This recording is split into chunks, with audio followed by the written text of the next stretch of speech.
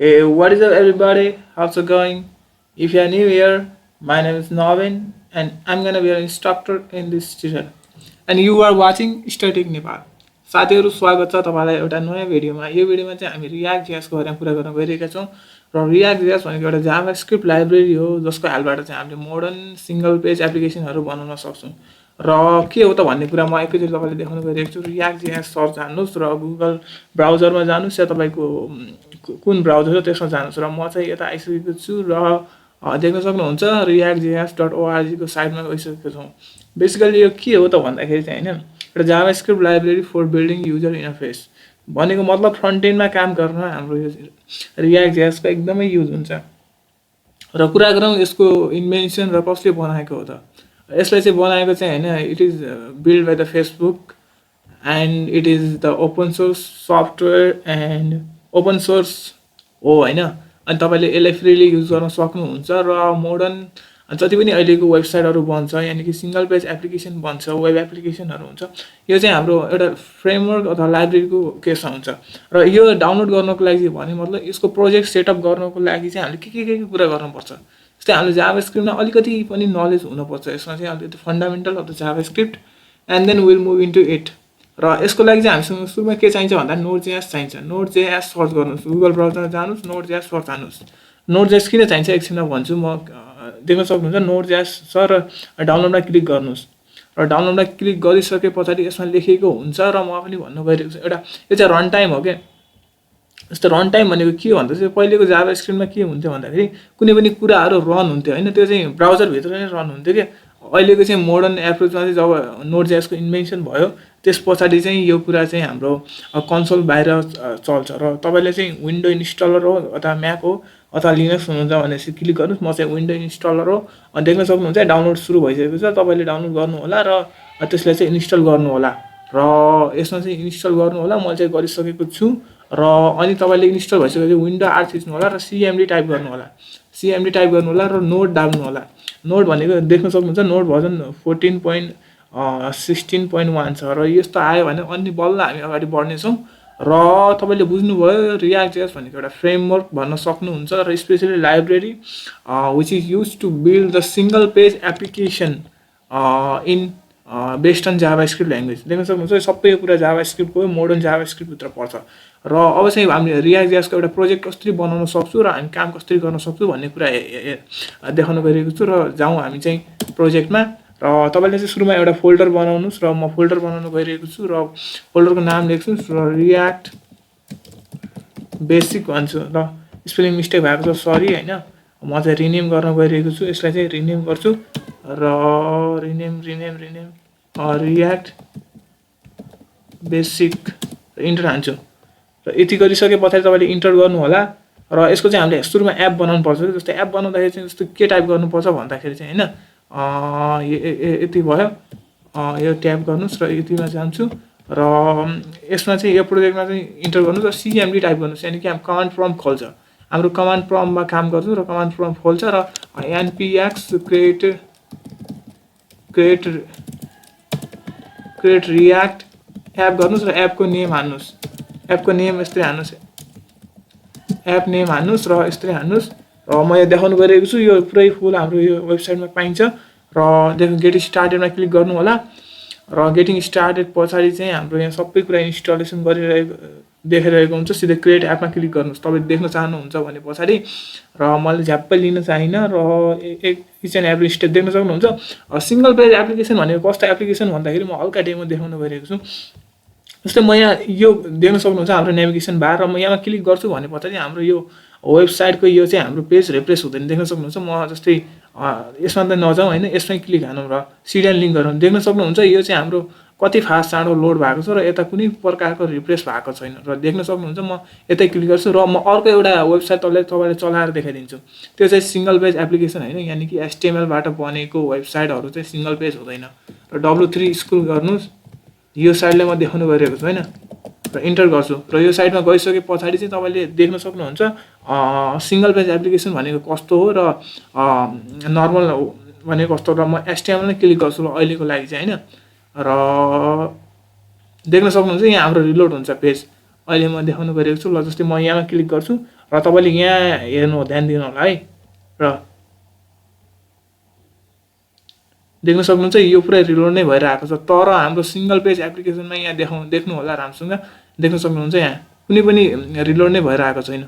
यही नै हो सिङ्गल पेज एप्लिकेसन, खालि हाम्रो यता चाहिँ रिलोड भइरहेको छैन, यसलाई नै भन्छ सिङ्गल पेज एप्लिकेसन।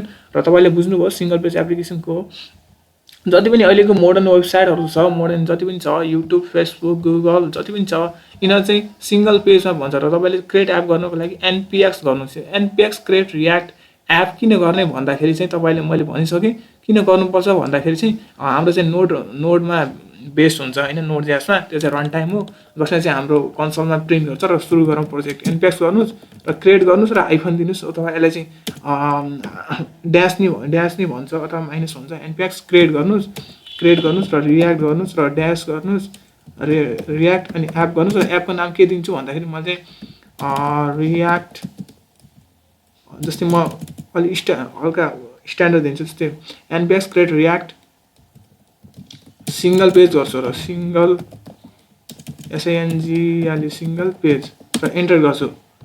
र देख्न सक्नुहुन्छ एन्टर गर्ने बित्तिकै यसले चाहिँ अलिकति टाइम लगाउँछ हाम्रो प्रोजेक्टलाई सेटअप गर्नको लागि। र लेट्स सी, हेरौँ के हुन्छ त।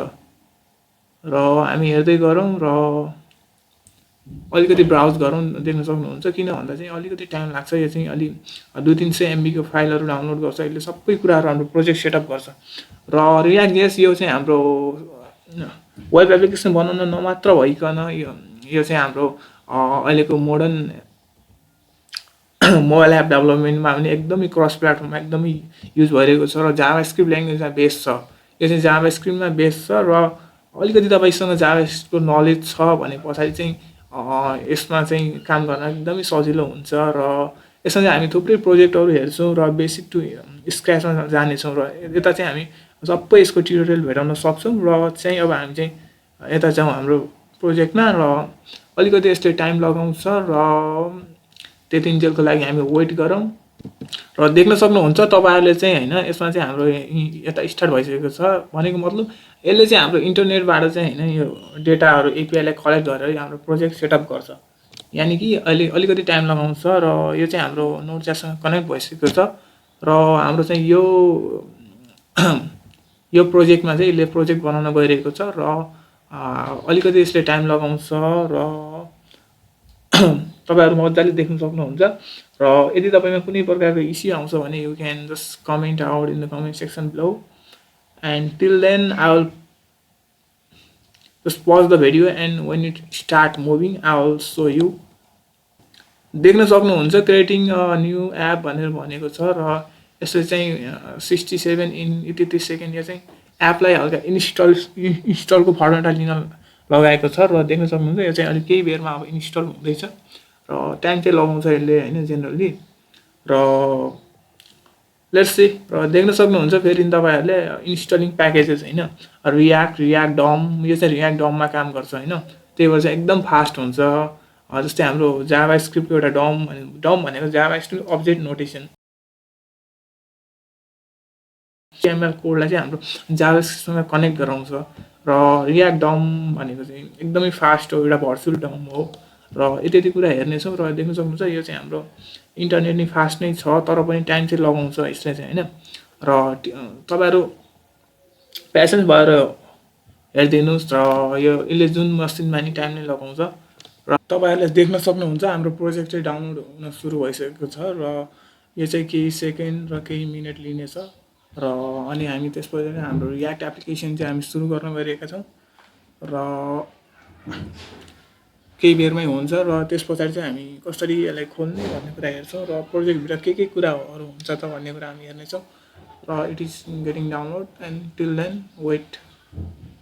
र डाउनलोड हुँदैछ। र तपाईँ देख्न सक्नुहुन्छ यहाँ चाहिँ it is launching different models.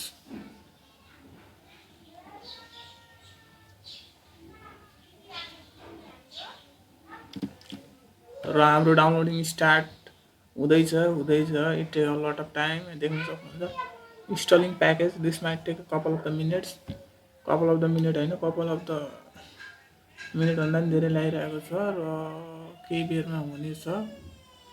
र इट इज गेटिङ स्टार्टिङ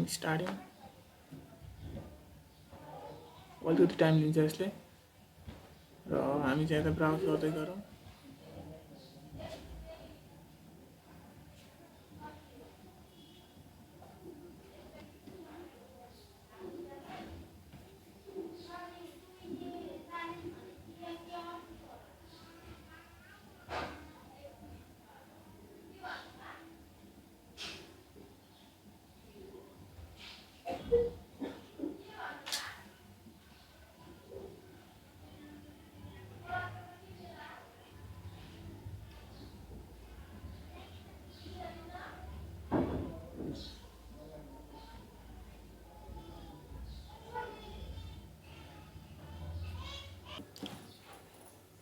र तपाईँहरूले देख्न सक्नुहुन्छ यहाँ हाम्रो प्रोजेक्ट चाहिँ सेटअप भइसकेको छ र you can see happy hacking भनेर भनिसकेको छ। That means happy coding from the Facebook.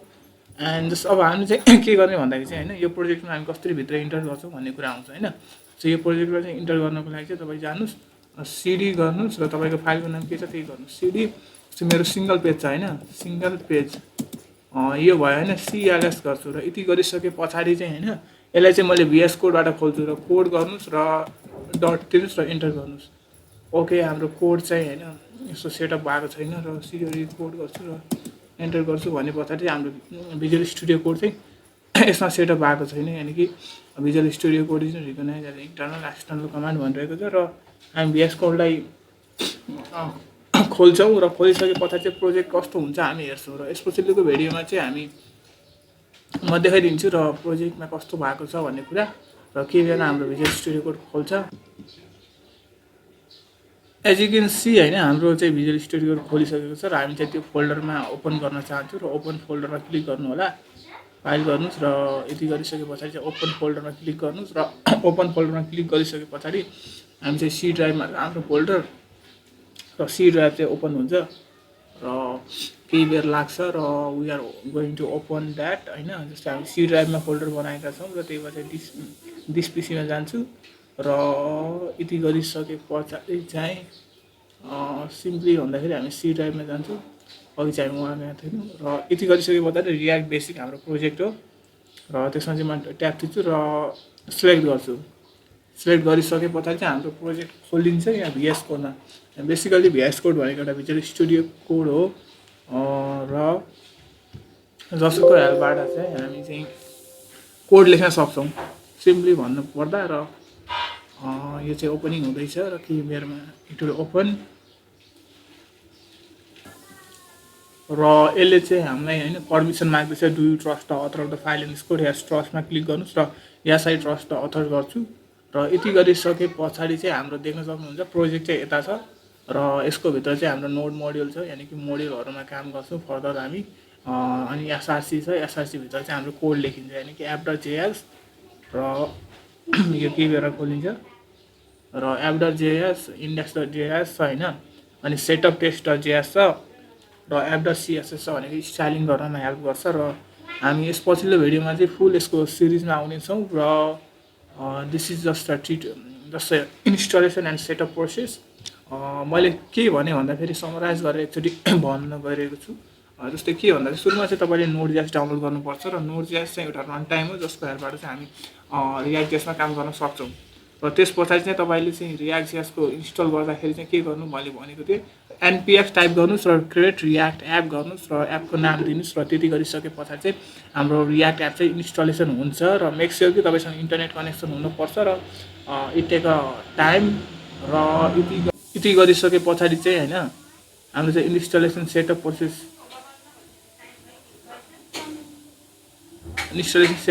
चाहिँ हाम्रो यति नै हो र यस पछिल्लो भिडियोमा हामी यसको ट्युटोरियलमा आउँछौँ र thanks for watching and this is just a installation process of the React.js and how to install it in our system and how to work with this.